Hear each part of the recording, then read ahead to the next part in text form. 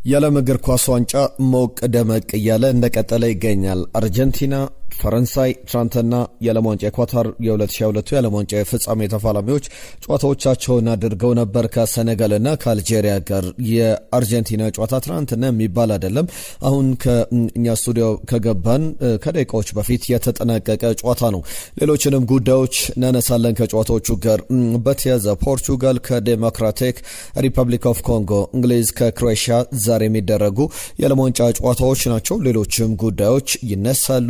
ገና ከፓናማ የሚያደርጉትም ጨዋታ ላይ አዲስ ውሳኔ ተሰምቷል። ኡዝቤኪስታን ከኮሎምቢያ ሌላኛው የዓለም ዋንጫ ጨዋታ ነው። እነዚህ ጉዳዮች ጥቂት ነጥቦችን እያነሳንባቸው እንቆያለን። ከዓለም ዋንጫው ውጪ ደግሞ የተለያዩ የክለቦቻችሁን የዝውውር ዜናዎች እየተመለከትን እንቆያለን።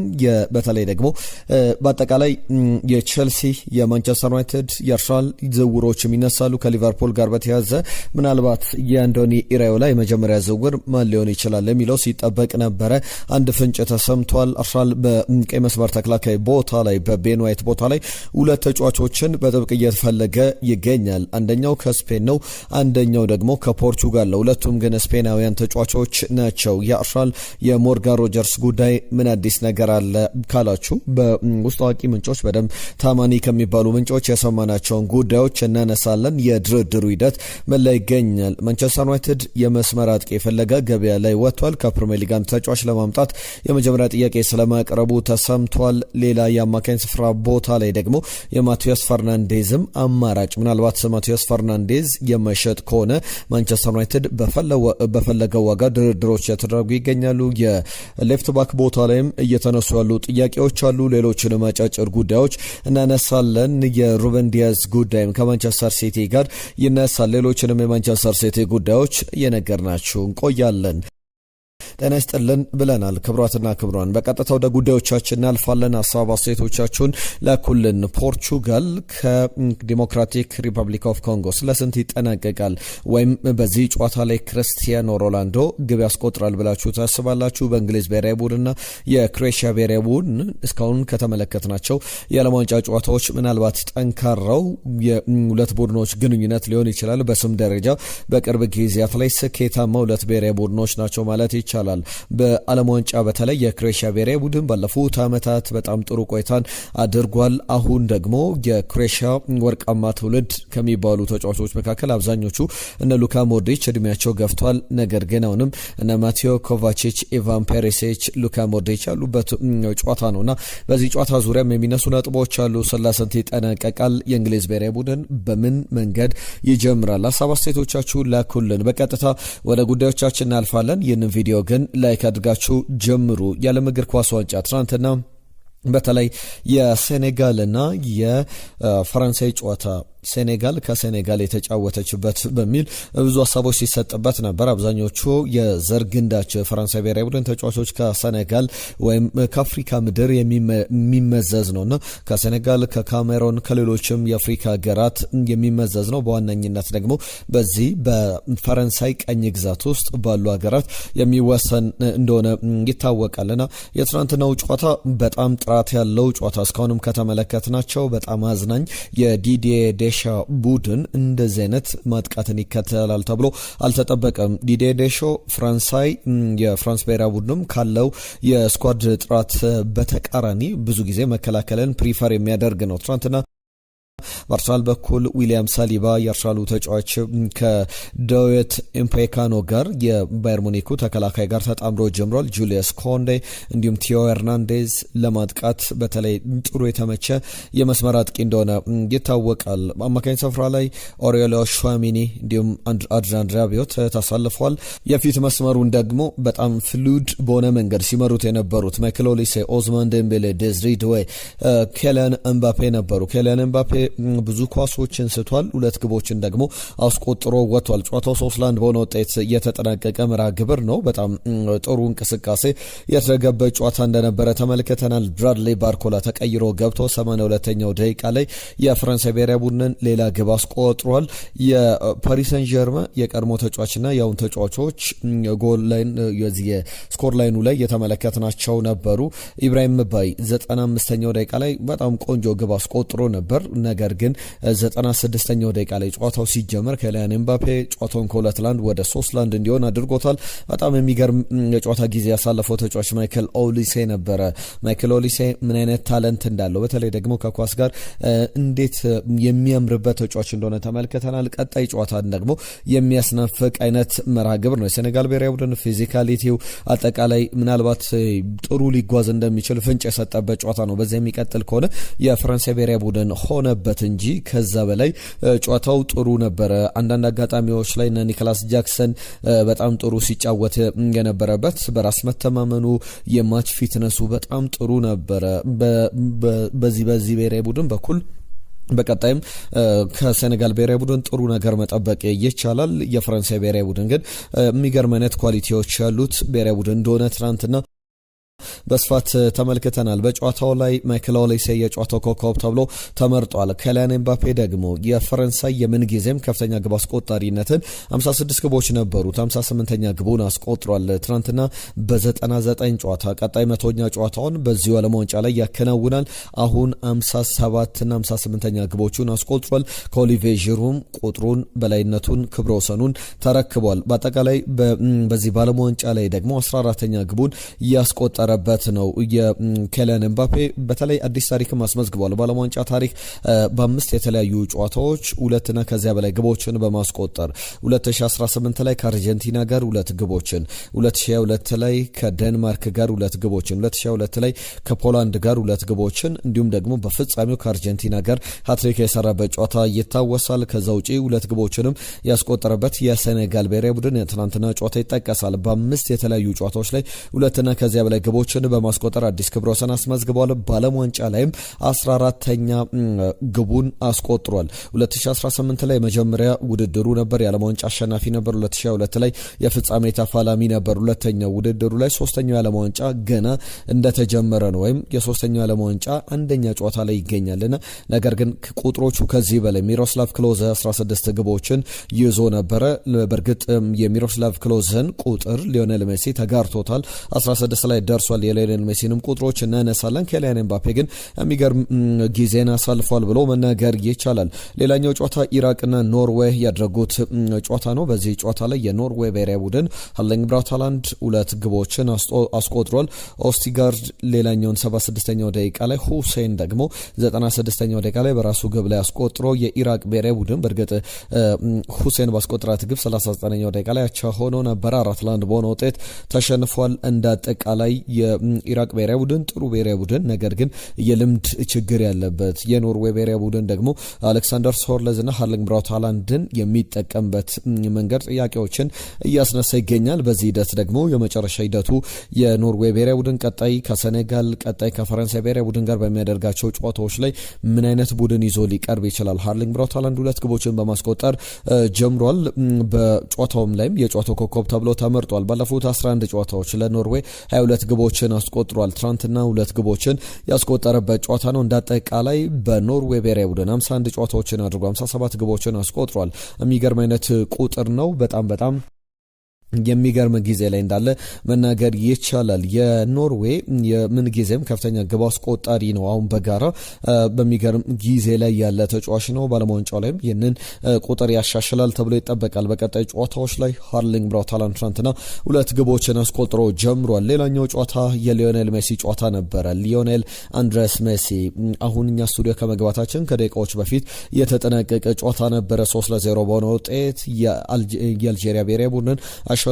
የሊዮኔል ሜሲን ፍጹም የበላይነት የተመለከትንበት ጨዋታ ነበረ። የሚገራርሙ ግቦችን ማስቆጠር ችሏል። በጨዋታው ላይ 17ኛው 60ኛው ደቂቃና እንዲሁም ደግሞ 76ኛው ደቂቃ ላይ 3 ግቦችን ሊዮኔል አንድሬስ ሜሲ አስቆጥሯል። በተለይ መጀመሪያው ግብ፣ ሁለተኛው ግብ በጣም ድንቅ የሚባሉ 3 ግቦችን አስቆጥሯል። ሊዮኔል አንድሬስ ሜሲ በዓለም ዋንጫ ታሪክ አዲስ ታሪኮችን እየጻፈ እሱም በግሉ ምርጥ የሚባለውን ጊዜ አስመዝግቧል። አስመዝግቧል። የጨዋታው ኮከብ ተብሎ ተመርጧል። በዓለም ዋንጫም የመጀመሪያ ሃትሪኩን ያስመዘገበበት ጨዋታ ሆኖ ተመልክተነዋል። 38 ዓመቱ ላይ ይገኛል። ከቀናት በኋላ ወይም ከአንድ ሳምንት በኋላ 39 ዓመቱን ይይዛል። ሊዮኔል አንድሬስ ሜሲ በዓለም ዋንጫ ታሪክ በእድሜ ትልቁ ሶስተኛው ግብ አስቆጣሪ ሆኗል። ሮጀር ሚላን ካሜሮናዊ አጥቂ 1994 የዓለም እግር ኳስ ዋንጫ ላይ ለካሜሮን ብሔራዊ ቡድን በ42 ዓመቱ ግብ ያስቆጠረ በእድሜ ትልቁ ግብ አስቆጣሪ ነው። ከዛ ውጪ ፖርቹጋላዊው ፔፔ 2002 ላይ በ39 ዓመቱ ግብ አስቆጥሮ ነበረ። አሁን ሊዮኔል ሜሲ ከዚህ በኋላ ይህንን የፔፔንም ቁጥር ሊጋራም ሊያሻሽለውም የሚችልበት እድል ላይኖር ይችላል። ነገር ግን 39 ዓመቱ ላይ ሆኖ ግብ ሊያስቆጥር የሚችልበት እድል አለ። ክርስቲያኖ ሮናልዶ ግን ይህንን ክብረ ወሰን ሊያሻሽለው ይችላል ዛሬ በሚደረገው የፖርቹጋል ብሔራዊ ቡድን ጨዋታ ላይ። ከዛ በተጨማሪ የሚሮስላቭ ክሎዘን ክብረ ወሰንም ተጋርቷል። ከዚህ ዓለም ዋንጫ በፊት 13 ግቦች ነበሩት ሊዮኔል አንድሬስ ሜሲ ዛሬ 3 ግቦችን አስቆጥሯል። ሚሮስላቭ ክሎዘ ምን ጊዜም ከፍተኛ ግብ አስቆጣሪ ነው በዓለም ዋንጫ ታሪክ በ16 ግቦች ያንን ክብረ ወሰን መሻሻል ችሏል። ከሮላንዶ ሉዊስ ናዛሪዮ ደሌማም በላይ ተቀምጧል። ሮላንዶ ሉዊስ ናዛሪዮ ደሌማ 15 ግቦችን ያስቆጠረ ተጫዋች ነው። ዛሬ የሚደረጉ ጨዋታዎችም የበለጠ ትኩረት ይሰጣቸዋል። ፈረንሳይ ያደረገችው የአርጀንቲና ጨዋታ በጣም ጥሩ ጨዋታዎች ነበሩ። ፖርቱጋል ከዲሞክራቲክ ሪፐብሊክ ኦፍ ኮንጎ ምሽት 2 ሰዓት ላይ፣ እንግሊዝ ከክሮኤሽያ ደግሞ ምሽት 5 ሰዓት ላይ የሚደረጉ ጨዋታዎች ናቸው። በእነዚህ ጨዋታዎች ላይ ግምቶቻችሁን ላኩልን። ጋና ከፓናማ ምሽት የነዚህ ጨዋታዎች ከተጠናቀቀ በኋላ 8 ሰዓት ላይ ከኩለ ሌሊት በኋላ የሚደረግ ጨዋታ ይጠበቃል። በዚህ ጨዋታም ላይ ግምቶቻችሁን ላኩልን። የጋና ብሔራዊ ቡድን በኩል ለካናዳ መንግስት ያቀረበው የቪዛ ጥያቄ ቶማስ ፓርቴ ወደ አገሪቱ እንዲገባ በድጋሚ ውድቅ ተደርጎበታል። ስለዚህ የጋና የመጀመሪያ ጨዋታ በፓናማ በኩል ቶማስ ፓርቴ ያልፈዋል። ኡዝቤኪስታን ከኮሎምቢያ ንጋት 11 ሰዓት ላይ የሚደረግ ጨዋታ ነው። ዓለም ዋንጫው እንዴት አያችሁት? እየተሻሻለ ሞቅ ሞቅ እያለ ይገኛል ወይስ ደግሞ እንደ ቀዘቀዘ ቀጥሏል ትላላችሁ? ሀሳብ አስተያየቶቻችሁን ጻፉልን። በዛሬ ጨዋታ ላይ በፖርቹጋል ብሔራዊ ቡድን በኩል ሩበን ዲያዝ ከጨዋታው ውጪ ነው።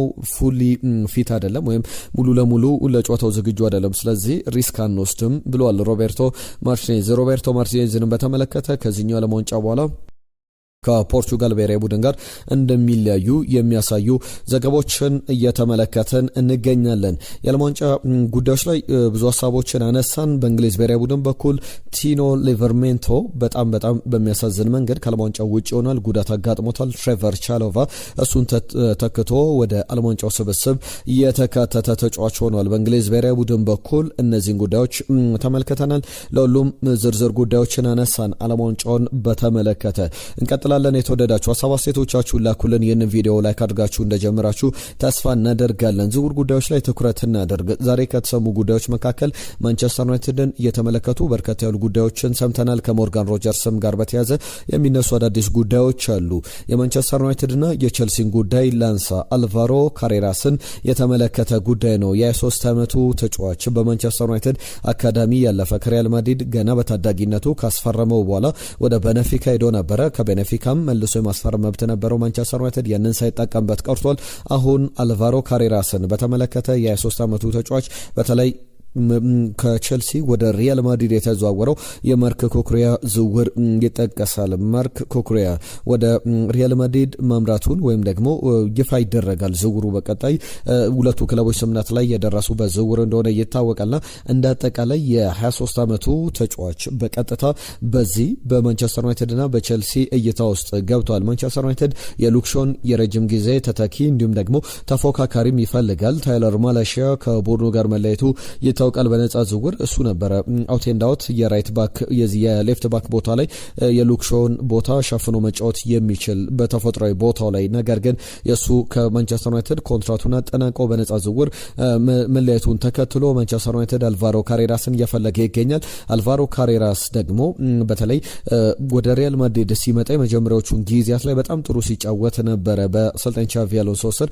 አሰልጣኝ ቻቪ አሎንሶም ተጫዋቹን ማምጣት ይፈልጋሉ። አሰልጣኝ ጆዜ ሞሪኖ ተጫዋቹ ቢለቅ ችግር የለባቸውም። ስለዚህ የክለቦቹ ድርድር ብቻ የሚወስነው ጉዳይ ነው። የማንቸስተር ዩናይትድ ጉዳዮች እንመለስበታለን። ከአርሰናል ጋር በተያዘ ሞርጋን ሮጀርስን የተመለከተ ጉዳይ በጣም ታማኒ ከሚባሉ በጣም የቀረበ እውነታን ይዘው ከሚወጡ ብዙሃን መገናኛዎች የተመለከትናቸው ጉዳዮች አሉ። ከሰሞኑ ምነው ቀዝቀዝ ያለ አርሰናል ዝውውሮች እየተባሉ ጥያቄዎች ይነሱ ነበር። ሞርጋን ሮጀርስን በተመለከተ አርሰናል በተለይ ያቀረባቸው ጥያቄዎች አሉ። በተለይ ኦፊሻል ወይም ደግሞ ኦፊሻል ቻናሎች ላይ ንግግር ያደረገበት አይደለም ከአስቶን ቪላ ጋር ነገር ግን አንኦፊሻል በሚባል ጉዳዮች ላይ ከክለቡ ጋር ከወኪሎቹ ጋር ድርድር እያደረገ እንዳለ የሚያሳዩ ዘገባዎች አሉ። እንዴት ነው የሚለው እናነሳለን። ሞርጋን ሮጀርስ በክብር በተሞላበት መንገድ ከዋነኛ የቪላ መሪዎች ጋር አመራሮች ጋር ንግግር አድርጓል። ልቀቁኝና ወደ የሚፈለግበት ክለብ ሊሄድ ዋጋዬንም በጣም አትስቀሉት የሚል ጥያቄ አቅርቧል። ፐርሶናል ተርም ኤክስፕሎር እየተደረገ ይገኛል። የግል ጥቅማጥቅም በደሞዝ ጉዳዮች ላይ ለመስማማት አርሰናል ከወኪሎቹ ጋር ንግግር እያደረገ ይገኛል። ሞርጋን ሮጀርስ ደግሞ በሚኬል አርቴታ እይታ ውስጥ ካሉ ተጫዋቾች መካከል አንደኛው ነው። በጣም ጥሩ አቅም ያለው ያንን የአርሰናል ቡድን ማሻሻል የሚችል ተጫዋች ነው ተብሎ ይታሰባል። እንደ ምንጮች ዘገባ ከሆነ ደግሞ ከቪላ ጋር በተያዘ አርሰናል በጣም ትልቅ ክሬዚ የሚባል ገንዘብ ለተጫዋቹ መክፈል አይፈልግም። የሌሎች ክለቦችንም ጥያቄ አሳውቁኝ ብሏል። እየተጠባበቀ ያላቸው ነገሮች አሉ ከአርሰናል ጋር በተያዘ አንደኛው የሞርጋን ሮጀርስ ስምነት ከደረሰ በኋላ በግል ጥቅም ላይ መስማማት ከቻሉ አጠቃላይ ወደ ቪላ የገንዘብ ትመና ይገባል። ነገር ግን አንድሪያ ቤርታ አሁንም ከቪላ ጋር ሙሉ ግንኙነት አላቸው። የመጨረሻ ውሳኔዎች ግን እስካሁን አልተወሰኑም። ቸልሲም የተጫዋቹ ፈላጊ ነው። ማንቸስተር ዩናይትድም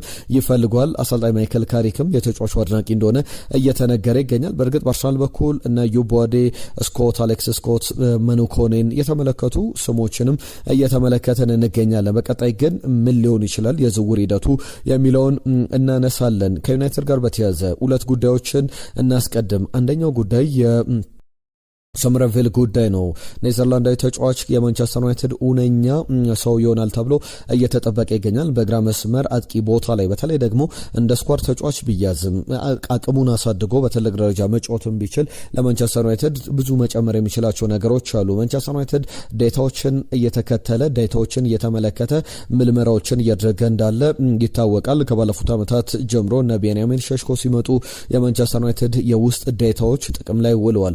ብራያን ቤሙን ከዛ በተጨማሪም ማቴዎስ ኩኛን ሲያስፈርምም ማንቸስተር ዩናይትድ ዴታ መር በሆነ መንገድ ዴታ ድሪቨን የሆነ የምልመላ ሲስተሞችን እየተከተለ ይገኛልና የኔዘርላንዳዊ ተጫዋች በኔዘርላንድ የዓለም ዋንጫ መክፈቻ ጨዋታም ላይ ግብ አስቆጥሯል። ሰምረንቪል በጣም ጥሩ የዌስትሃም ተጫዋች ነው። ጥሩ አቅም ካላቸው ተጫዋቾች መካከል አንዱ ነውና ማንቸስተር ዩናይትድ እስከ 50 ሚሊዮን ፓውንድ ሊከፍልበት ይችላል። የግራ መስመር ቦታ አጥቂ ላይ ከሚፈልጋቸው ስሞች መካከል አንዱ ነው። የማርከስ ራሽፈርድ ጉዳይ ግን ገና አለየለትም። እሱንም እናነሳዋለን። የማቴዎስ ፈርናንዴዝም ጉዳይ ይነሳል። ዩናይትድ በእርግጥ ሌሎችም ክለቦች አሁንም እይታቸውን ከዚህ ተጫዋች ላይ አላነሱም። ከዌስትሃም ጋር ድርድር እያደረገ ይገኛል። ነገር ግን ከ70 ሚሊዮን ፓውንድ በላይ ለማቴዎስ ፈርናንዴዝ ማንቸስተር ዩናይትድ መክፈል አይፈልግም። የማንቸስተር ዩናይትድ የቅርብ ጊዜ አካሄዶች በትልቅ ደረጃ ተጫዋቾችን ለማስፈረም ሙከራ ያደርጋል። ነገር ግን ክሬዝ የሚባል ገንዘብ ለየትኛውም ተጫዋች መክፈል አይፈልግም። ተጫዋቹ አንደኛ መቶ ፍሎፕ እንዳይሆን የሚከፈልበት ዋጋ ከዛ በተጨማሪ ማንቸስተር ዩናይትድንም ፋይናንሻሊ ስትራግል እንዳያደርገው ችግር ውስጥ እንዳይከተው በገንዘብ አወጣጥ ሂደት ላይ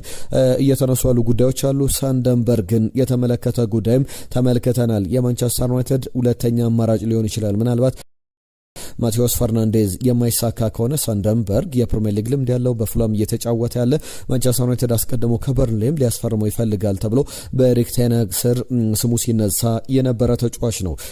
ዩናይትድ ተጫዋቹ ለማስፈረም ፍላጎት አለው። 5 ሚሊዮን ፓውንድ የተጫዋቹ ዋጋ ነበረ ፉላምን ሲቀላቀል። ፉላም ደግሞ ከዚህ ዝውውር ከ2 ዓመት በፊት ሲያስፈርመው የከፈለውን ክፍያ ማትረፍ ይፈልጋል። ቢያንስ ከ40 ሚሊዮን ፓውንድ ሊወጣበት የሚችል ዝውውር ነው ተብሎ ብዙ እየተባለ ይገኛል። ዌስትሃም ዩናይትድ ከማንቸስተር ዩናይትድ ከሳንደንበርግ ዜናዎች ወጣ ብለን ደግሞ የአርሰናልን ጉዳይ እናነሳለን። ከአርሰናል ጋር በተያዘ ሁለት የራይት ባክ ቦታዎች ላይ ሁለት የሚጠሩ ስሞች አሉ። አንደኛው ኦስካር ሚንጉዌዛ ነው። ኦስካር ሚንጉዌዛን ለማስፈረም እንዳስ ዘገባ ከሆነ ሚኬል ማርቲያን አርቴታ ተጫዋቹን ለማስፈረም በጣም ሃይሊ ሬትድ ከሚያደርጋቸው ተጫዋቾች ከሚፈልጋቸው ተጫዋቾች መካከል አንዱ ነው። በነፃ ዝውውር መምጣቱ ደግሞ አርሰናል በሌሎች ቦታዎች ላይ ራሱን መደብ እንዲያጠናክር ያግዟል ነው። ከተጫዋቹ ጋር የሚኖር ድርድር ለተጫዋቹ የሚቀርብ ዋጋም ትልቅ ወሳኝነት አለው። ሌላኛው ግን የአርሰናል እቅድ የስፖርቲንግ ሊዝበኑ ተጫዋች የሆነው በኤቫን ፍሬሴንዳ ነው። ኤቫን ፍሬሴንዳ በሪያል ማድሪድ በሌሎችም ክለቦች ይፈልጋል። ይህም ስፔናዊ ተጫዋች 80 ሚሊዮን ዩሮ የውል ማፍረሻ ነው። በጣም ትልቅ ክፍያ ሊጠበቅበት ይችላል። አርሰናል ቢያንስ ድርድር ካደረገ እንኳን በጣም አድካሚ ድርድር 50 ሚሊዮን ፓውንድ በትንሹ ሊከፍልበት የሚችል ዝውውር ነውና የትኛውን ዝውውር ይመርጣል የሚለው በጣም እየተጠበቀ ይገኛል። ሁለቱም ጥሩ አቅም ላይ ያሉ በእርግጥ በመብሰል ደረጃ ፕራይሙ ላይ የሚገኘው ኦስካር ሚንጌዛ ነው። የተጫዋች ኢቫን ፍሬሴንዳ 21 ዓመቱ ላይ ይገኛል። የሪያል ማድሪድ የሎንግ ተርም የዳኒ ካርቫል ተተኪ ነው ተብሎ የሚታመንበት ተጫዋች እንደሆነ ይታወቃል። ከዛ ውጪ የማንቸስተር ሲቲ ሁለት ጉዳዮች ይነሳሉ። ቪክተር አይስ ብራዚላዊ ተጫዋች የሚገርም ጊዜም በጂሮና ማሳለፉ ይታወቃል። አሁን በባርሰሎና እይታ ውስጥ ገብቷል። ማንቸስተር ሲቲ በተለይ ፔፕ ጋርዲዮላ መጥቶ ወደ ማንቸስተር ሲቲ ዋናው ቡድን ውስጥ መጫወት የሚያስችል ትልቅ አቅም አለው፣ ያንን ደግሞ በያዝነው የውድድር ዘመን አሳይቷል ሲል ነበረ። ምናልባት ፔፕ ቢኖር ሊያጫውት የሚችልበት እድል አለ። አሁን የኤንዞ ማሬስካ ውሳኔ ብቻ የሚጠበቅ ነው። በእርግጥ የኤንዞ ማሬስካም ዝውውር እስካሁን ይፋ እንዳልተደረገ ይታወቃል። እንደ አጠቃላይ ደግሞ ከማንቸስተር ሲቲ ጋር በተያዘ ሌላኛው ጉዳይ አሰልጣኝ ጆዜ ሞሪኖ ሮበን ዲያዝን ከማንቸስተር ሲቲ ተከፍሎ ትልቅም ክፍያ ቢሆን 80 ሚሊዮን ፓውንድ ሊጠይቅ ይችላል ማንቸስተር ሲቲ ተብሎ ይጠበቃል። ጆዜ እንዲመጣላቸው ይፈልጋሉ። ፕሬዚደንቱ ፍሎሬንቲኖ ፔሬዝ ደግሞ እሳቸውን ባክ ማድረግ ጆዜን መደገፍ ይፈልጋሉና በዚህ ሂደት ደግሞ 2020 ላይ ማንቸስተር ሲቲ 60 ሚሊዮን ፓውንድ ከፍሎ ያስፈረመውን ተጫዋች አሁን በ80 ሚሊዮን ፓውንድ ቢሸጠው አንደኛ ከ6 ዓመት በላይ ተገልግሎበታል። ትልልቅ ዋንጫዎችን ያሳካበት ነው። የቻምፒየንስ ሊግንም ከዛ በተጨማሪ የፕሪሚየር ሊግ ዋንጫዎችን ደግሞ ደጋግሞ አንስቷል። እንዳጠቃላይ ደግሞ አሁን 80 ሚሊዮን ፓውንድ የሚያገኝበት ከሆነ ጥሩ ዝውውር ሊሆን ይችላል። ነገር ግን ማንቸስተር ሲቲ ትልቅ መሰረት የሴንተር ባክ ቦታ ላይ ጆን ስቶንስ ለቋል። ስለዚህ ይህንን ተጫዋች ይለቃል ተብሎ አይጠበቅም። ሪያል ማድሪድ ጆዜም ትልቅ ድርድር ከፊታቸው ይጠብቃቸዋል። ከማኑኤል ኡጋርቴ ጋር በተያያዘ ሩበን አሞሪም ወደ ኤሲ ሚላን ኃላፊነት ተሹመዋል። ስለዚህ ማኑኤል ኡጋርቴን ወደ ኤሲ ሚላን ሊያመጡት ይችላሉ የሚሉ ዘገባዎችን እየተመለከተን እንገኛለን። ምን አይነት ድርድር ሊደረግ ይችላል? ማንቸስተር ዩናይትድስ ከዚህ ዝውውር ምን ያክል ገንዘብ ያገኛል የሚለው ሌላ ጉዳይ ነው። ጆርጌ ሜንዴዝ ከክለቡ ጋር እየተደራደሩ እንዳለ የሚያሳዩ ዘገባዎችም ወጥቷል። በተለይ ኡጋርቴ በማንቸስተር ዩናይትድ ምንም አይነት ቦታ እንደሌለው ገብቶታል፣ ተነግሮታል። ስለዚህ ጆርጌ ሜንዴዝን ክለብ ፈልግልኝ ብሎ ወኪሉን ነግሯል። ወኪሉም ድርድሮችን ከአንዳንድ ክለቦች ጋር እያደረገ ይገኛል። አንደኛው ደግሞ ኤሲ ሚላን ነው። ኤሲ ሚላንና ሩበን አሞሪም ከማንቸስተር ዩናይትድ ጋር በተቃራኒ የሚጫወቱበትም የመጨረሻው የአቋም መፈተሻ ጨዋታ በፕሪሲዝን ይጠበቃል። ዳግም የሚገናኙበት እንደሆነ የሚነገር ዝውውር እንደሆነ ማንሳት ይቻላል። ሊቨርፑልን በተመለከተ ራያንን በተለይ አንዶኒ ኢራዮላ የመጀመሪያ ፈራሚያቸው ማድረግ ይፈልጋሉ። ራያንን የቦርመዙ ተጫዋች 6 ወራት ብቻ ነው የተቆጠሩት ወደ ቦርመዝ ከመጣ ከብራዚል የተጫዋች ገና 19 ዓመቱ ላይ ይገኛል። በቀጣይ በጣም በትልቅ ደረጃ ራሱ ማሳየት የሚችል በፕሪሚየር ሊግ ላይ አዲስ ተጫዋች እንዳልሆነም ያሳየ ነውና የሞሐመድ ሳላ ተተኪ ለማድረግ ፍላጎቶች እንዳሉ የሚያሳዩ ዘገባዎችን ተመልክተናል። በቀጣይም የሚጠበቁ ውሳኔዎች ይኖራሉ። ቦርመዝ ምን ያክል ይተምነዋል የተጫዋቹን ዋጋ የሚለው በጣም ትልቁ ድርድርም ሊሆን ይችላል ተብሎ በብዙ ጉዳዮች እየተነሱ ይገኛሉ። ከአሰልጣኝ ቻቪ አሎንሶ ጋር በተያያዘ የሚፈልጋቸው ተጫዋቾች አሉ። ቅድምም ያነሳናቸው ስሞች አሉ። ከክለቡ እንዲለቁም ደግሞ የሚፈለጉ ተጫዋቾች አሉ። አክሰል ዲሳሲ፣ ታይሪክ ጆርጅ እንዲሁም ደግሞ ዴቪድ ዳስትሮ ፎፋና በቸልሲ በኩል ቀጣይ ቅድ እንዳልሆኑ የተነገራቸው ተጫዋቾች ናቸው። እንዳጠቃላይ ትናንትና የፈረንሳይና የሴኔጋልን ጨዋታ ግምቶቻችሁን ላኩልን ብለን አንድ መጠይቅ አስቀምጠን ነበረ። በዚህ መጠይቅ ላይ 51 በመቶ ፈረንሳይ ታሸንፋለች፣ ሴኔጋል ደግሞ 32፣ 18 በመቶ አቻ ይጠናቀቃል ብላችሁ ወደ 500 ያክል አድማጮቻችን ተሳትፎ አድርጋችኋል። አሁንም እንደዚህ አይነት ተሳትፏችሁን እንድትቀጥሉ እናሳስባለን። ሌሎች ጉዳዮችንም አነሳለሁ። በተለይ ደግሞ ከእናንተ ሀሳቦች ጋር በተያያዘ ትናንትና በግምት ደረጃ የተቀረቡ ግምቶችን የተመለከትንበት አጋጣሚ ነበረ። እንዳጠቃላይ በዚህ ሂደት ላይ ደግሞ የሚነሱ ሀሳቦች አሉ። መልእክቶቻችሁን በመጠኑም ቢሆን እናስተናግድ። ሄኒ ፍራንስ 3-1 በሆነ ውጤት ታሸንፋለች ብሎ ትክክለኛ ግምቱን አስቀምጦ አስቀምጦልናል። ለሁለቱም ግን መልካም እድል ብሎ ነበር። ሄኒ ከልብ እናመሰግናለን።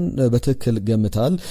ከዛ በተጨማሪ መላኩ አርቴታ ወደ ማድሪድ በሄድ በደንብ ስኬታማ መሆን የሚችል ሰው ነው። ነገር ግን እሱ አሁን ከአርሰናል ጋር በጣም ደስተኛ ነው እና ያላሳካቸውን ዋንጫዎች ለማሳካት ከምን ጊዜውም በላይ ይሰራል ብዬ እምነቴ ነው ብሏል።